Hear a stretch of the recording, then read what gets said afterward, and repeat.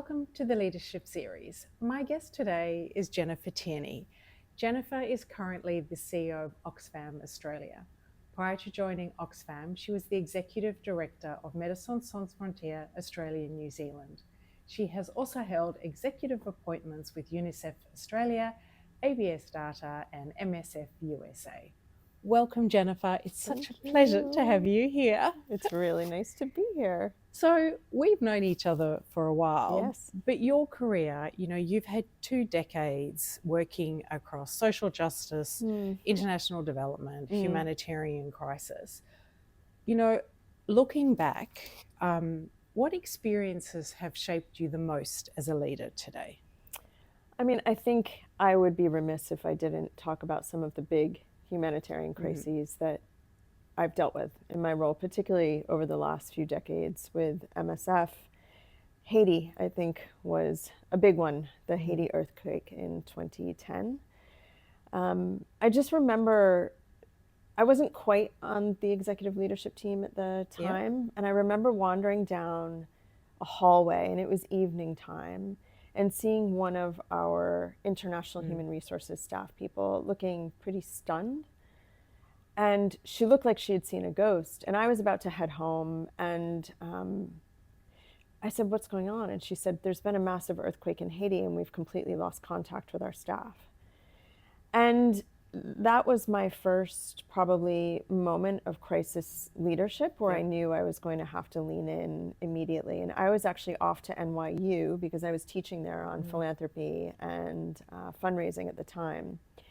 And I was making phone calls to people with a website and making sure that that was up so we could get updates up, and just doing my side of the business, which was fundraising at the time. But for the next few days, it was absolutely full on. The first and foremost thing that you always want to think about is your people. And so the first thing was, how do we secure our folks? And then how do we make sure everybody stays focused in New York while we still did not have a clear head count of where everyone was, whether or not they were safe. Thank God they were in the end, but many of them then had to stay and work in the earthquake situation. So Jennifer, often when I interview people, it is something, the formative stuff happens almost before you become the CEO. That's right.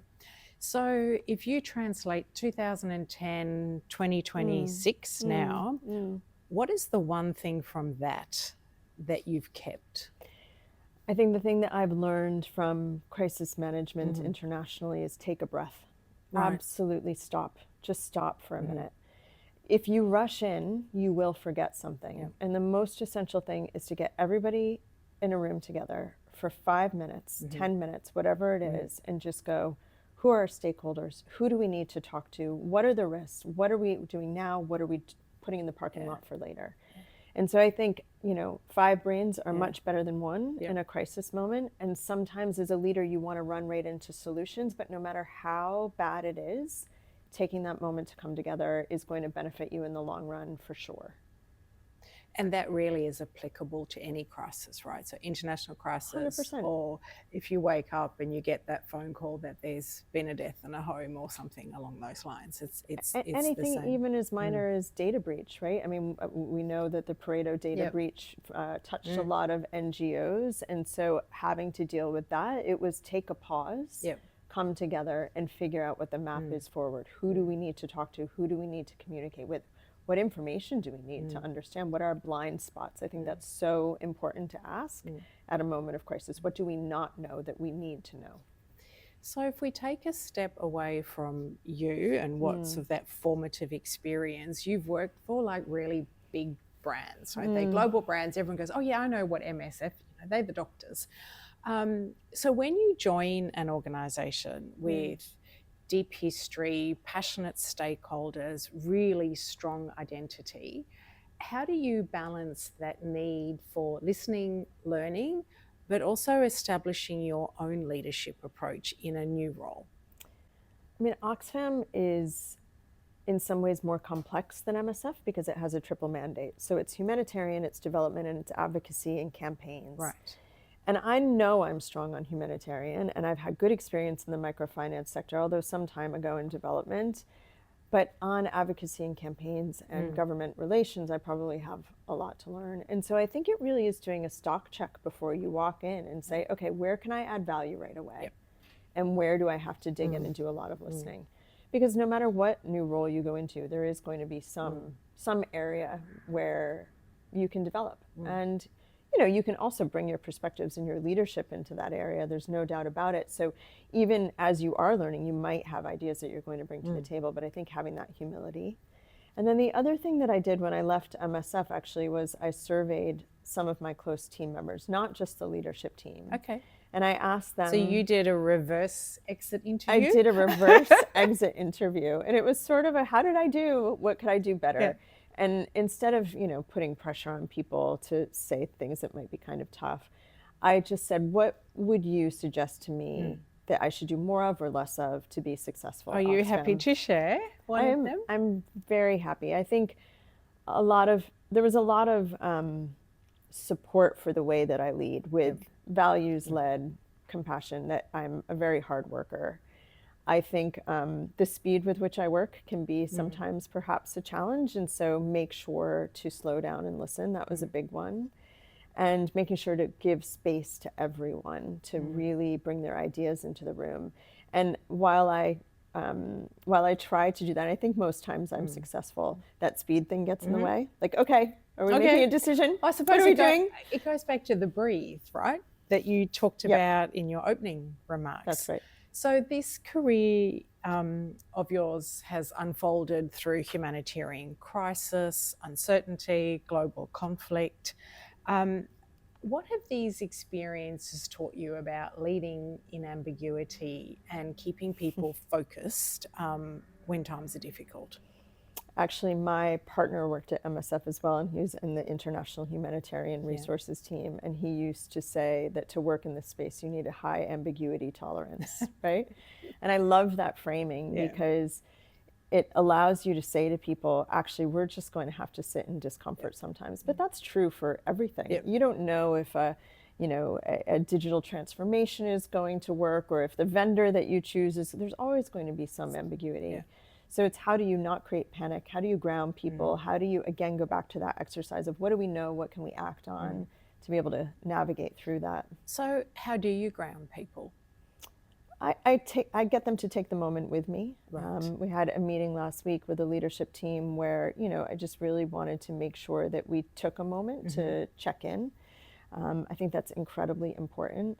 I also think that sometimes ambiguity can be stressful for people if they don't feel like we're all in it together. So I think really recognizing that we have one another's backs.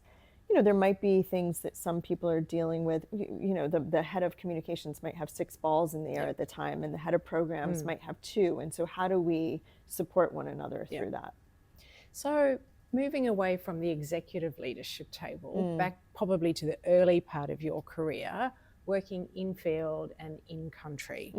How do you think those experiences have shaped, or actually have they shaped, the way you approach your role or the decisions you make as a CEO today?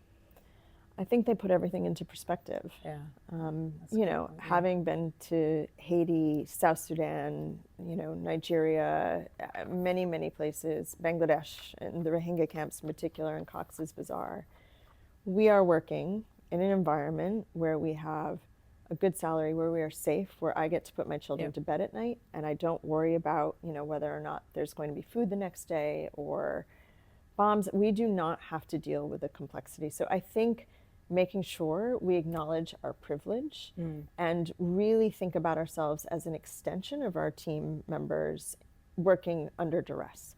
And so how can we be most supportive to them? What do they need? And that really, I think, has to be the North Star. Having worked in those situations, I know that an HR person in South Sudan is not just dealing with HR, right? They're dealing with possible conflict. They're dealing with diseases that we don't have to deal with. Their own family might be living in poverty. They might have to be picking up their family and moving for security reasons. So making sure that we are the backbone as much as we possibly can be from this beautiful, beautiful country we call home. So we are in a beautiful country that also happens to be a very long way away from everywhere else. Yes, it's very true. you know, you've led these global organisations. You know, they're part of federations, international movements. How do you and your fellow Australian leaders in these networks ensure the Australian perspective and that our voices are influential in global decision making? I think we add value where we need to add value. You know, I think in the sector there is a correct and recognized shift to make sure that Southern voices are heard at the table, are empowered at the table. And so it is for us to be selective in making sure that we bring our voice. So for instance, we might have a particular perspective on Southeast Asia or the Pacific, which often get left out of discussions in international NGOs because they have that European sort of or North American time zone bias. And so making sure that we're being supportive and bringing our perspectives in that way is one way that Australia can carry a unique perspective. Australians often also work in tough settings because our passport allows us to do that. You know, we don't have some of the same restrictions as others. So you get really trusted, experienced voices of people who have spent years and years working in either conflict settings, natural disasters, development organizations who can bring that perspective to the table. Yeah, I have to say that's something I'd never thought about, the value of our passport in very the work much so. that you do. Absolutely. I mean, a lot of times you want to exclude people who could potentially be perceived to be a party to a conflict. And so Australia often is not that, thank goodness. Okay. So, you know, we've talked a bit about the distance between us and the people on the field. And you have spoken about supporting people through crisis and uncertainty. How do you support people and how do you create workplaces? And I suppose, given our conversation, this question evolves from when I was thinking, because there's the workplace here, and then there's the workplace in the field. So how do you support them to do the difficult work that they have to do, but not burn out? Oh, it's a dance. I think, you know, the 2 years that I spent working in MSF during Gaza, I mean, Gaza is obviously still being attacked. But what we dealt with was people who were absorbing those stories every single day. And I think what I dealt with was the longer we talked about it and the more we talked about it and the more unheard and the less change that was happening to support people on the ground, the children who were in our hospitals, the inability to get them out for medical evacuations, it was creating real psychological distress for people. And so you really do have to do things like roster, make sure people get a break, make sure people, you know, they're so dedicated, people who work at Oxfam, people who work at MSF, that they actually take time away and realize that rest is not a luxury, it is resistance, because it allows you to go for the long haul. And in my sector, you kind of have to frame it that way sometimes because people feel quite guilty about taking care of themselves in moments of crisis. And so making sure that they see good leadership, you know, that we all take a break when we need to, that there's a team around who can do the job together. And then making sure that EAP is available, rostering is available, you know, all the good management things. And I think it's that idea, you know, rest is resistance. I've never heard that before, but it's all about framing, isn't it? It is. So I want to come back to something that in your answer, you had a little nugget there around the voice of the Pacific might not be heard in the same way even as the Australian voices. So there is this conversation going around, and it's been a long time coming, around localisation and placing decision-making closer to the communities affected by climate change, crisis and poverty. Yes. So on a practical level, how does that look? Oh, I mean, I'll give you a really good example. Oh, great. So Oxfam works with the Rohingya community in Cox's Bazar in Bangladesh. We work through a local organization called Mukti, Cox's Bazar. And if you've ever been to this refugee camp, there is no land for people to grow crops. And the Rohingya really took great pride in growing their crops when they were in Myanmar and had space. Mukti knows the solution much better than an international organization. So what they've done is designed a vertical gardening project. So they use bamboo or whatever they have, the tarpaulin, to be able to grow, pumpkin, gourds, that type of thing, and then branched out with proteins, chickens, eggs. But this was led by Mukti's innovation, not by Oxfam's innovation. So I think it just really is about having trusted partnerships, letting the local teams take the lead, and giving the technical support or whatever support it is that they need along the way. Coming back to what you said, hear what's been asked for, true support, backbone support. Yes, absolutely. So we've talked a lot about difficult places, workplaces, conflict, humanitarian crisis, and unfortunately there doesn't seem to be an end in sight. So I'm keen, as a leader of people, when you look at the challenges facing the world today, two things. What gives you hope, and what makes you think that meaningful change is still possible? The people I work with give me hope. Yes. I mean, people often say, oh, it's so nice what you do. But the truth of the matter is that I get to go to work every day surrounded by people who are doing everything they can to make change. And so that is a form of self-indulgence, if you may, So they certainly give me hope. I think movements give me hope. There are a lot of people raising their voices all around the world right now to make sure that we're creating a more equitable world, whether that's in regard to climate change, whether that's in regard to conflict. You see movements really changing the dialogue of what's happening. And so I'm quite excited about that. And it is influencing politics. What is challenging is this continued concentration of power at the top of society. It's something we have to fight every day because it's not good for your average person here in Australia or anywhere. But there's a lot of great work being done around that. That's good. Good to hear. Yeah.